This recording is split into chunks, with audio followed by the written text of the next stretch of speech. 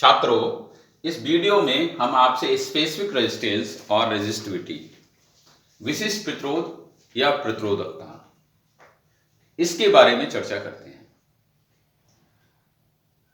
पिछले वीडियो में हम आपको विद्युत प्रतिरोध के बारे में बता चुके हैं।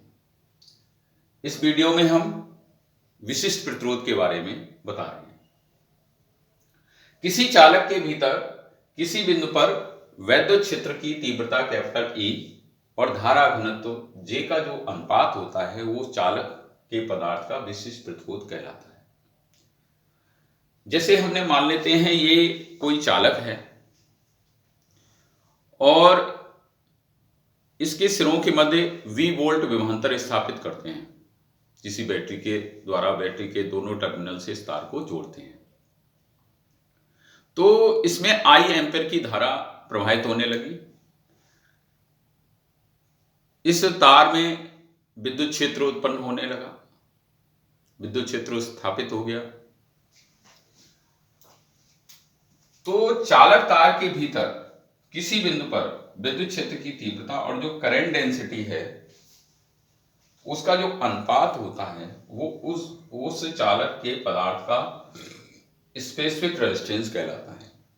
रो से व्यक्त करते हैं इसे, rho is equal to capital E upon J। अब मान लेते हैं कोई चालक है, उसकी लंबाई स्मॉल l है और उसके area of cross section capital A है। ये इसके सिरों के मध्य हमने V वोल्ट विभवांतर स्थापित किया, तो इसमें I एम्पीयर की धारा प्रवाहित होने लगी। तो चालक तार के भीतर जो विद्युत क्षेत्र होगा capital E is equal to V upon L। आपने पढ़ा होगा, जो इलेक्ट्रोस्टैटिक चैप्टर है उसमें जो यूनिट है उसमें आपने देखा होगा, एक प्लेट अगर धनावेशित है, पॉजिटिव चार्ज है, और दूसरी प्लेट नेगेटिव चार्ज है और एक दूसरे से कैपिटल D दूरी पर रखें, तो जो इनके मध्य विद्युत क्षेत्र होता है E equal to V upon D। तो जब हम V वोल्ट विभवांतर स्थापित करेंगे L लंबाई के चालक के सिरों के मध्य, ये सिरा धनात्मक और ये सिरा ऋणात्मक, ये पॉजिटिव हो जाएगा, ये नेगेटिव हो जाएगा। तो जो विद्युत क्षेत्र उत्पन्न होगा E बराबर V अपॉन L, D की जगह स्मॉल l रखें। करंट डेंसिटी हो जाएगी J equal to I upon A।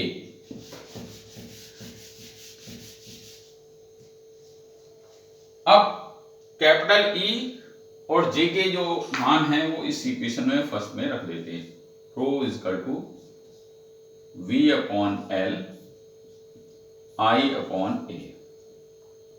तो rho is equal to V upon I A upon L। V upon I को कैपिटल R चालक का जो प्रतिरोध है, इलेक्ट्रिकल रेजिस्टेंस है, वो है। तो rho is equal to R A upon L। ये जो स्पेसिफिक रेजिस्टेंस है इस फार्मूले से हम कैलकुलेट कर सकते हैं। अब यदि ऐसा हो जाए, if L equal to 1 metre and capital A equal to 1 metre square, then rho equal to R। तो क्या डेफिनेशन निकल के आई? कोई भी मेटल का कोई भी वायर बना हुआ है, तो किसी पदार्थ के 1 मीटर लंबे तथा 1 मीटर स्क्वायर अनप्रस्थ प्रक्षेत्र के क्षेत्रफल वाले तार का जो प्रतिरोध होगा वो विशिष्ट प्रतिरोध के बराबर होता है। यहां इस फार्मूले से हम स्पेसिफिक रेजिस्टेंस की यूनिट भी कैलकुलेट कर सकते हैं। कैसे देखें? रो इक्वल टू R को ओम, इसका यूनिट क्या हो जाएगा? रो का यूनिट ऑफ रो, R का ओम हो जाएगा, area metre square upon metre, तो ये ओम मीटर हो गया।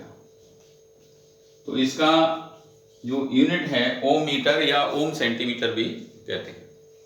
ओम मीटर है इसका स्पेसिफिक रेजिस्टेंस का यूनिट। अब इस फार्मूले को, जो स्पेसिफिक रेजिस्टेंस, इस फार्मूले से आपने कैलकुलेट कर सकते हैं किसी भी पदार्थ का। और एक बात ध्यान रखना है, जो मान लिया 1 मीटर लंबा हमने कॉपर का वायर लिया और एक 10 सेंटीमीटर लंबा हमने कॉपर का वायर लिया, तो दोनों के जो स्पेसिफिक रेजिस्टेंस होंगे वो सेम होंगे। स्पेसिफिक रेजिस्टेंस, जो विशिष्ट प्रतिरोध है, वो मटेरियल पर डिपेंड करता है, मटेरियल किस मटेरियल का वायर बना हुआ है। जबकि दोनों के जो प्रतिरोध होंगे वो अलग होंगे, ये ध्यान रखना है। अब यहां हम इस फार्मूले को याद कैसे रखें, इसके लिए हम आपको एक ट्रिक बताते हैं।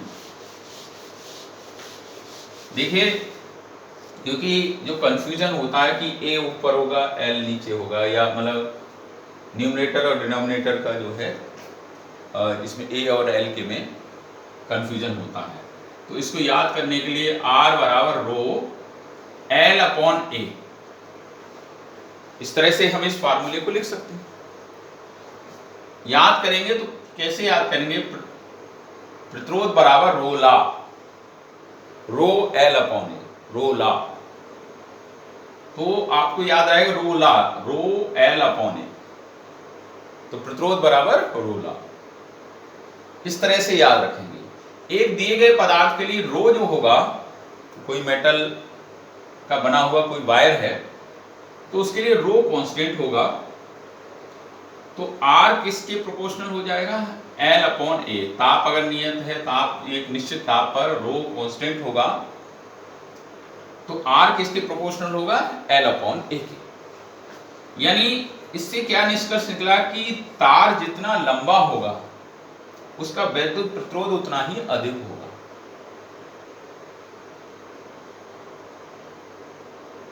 और R is inversely proportional to A, यानी एरिया ऑफ क्रॉस सेक्शन के इनवर्सली प्रोपोर्शनल होता है।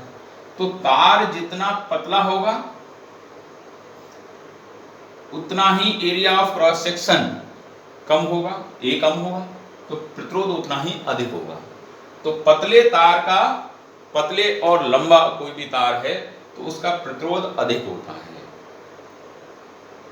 मोटे और छोटे तार का जो प्रतिरोध होगा वो कम होता है।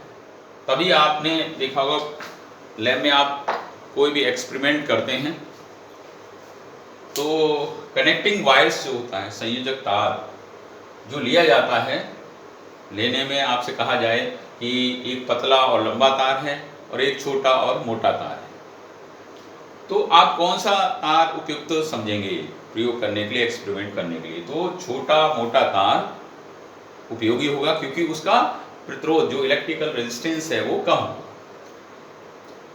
किसकी अपेक्षा? पतले लंबे तार की अपेक्षा।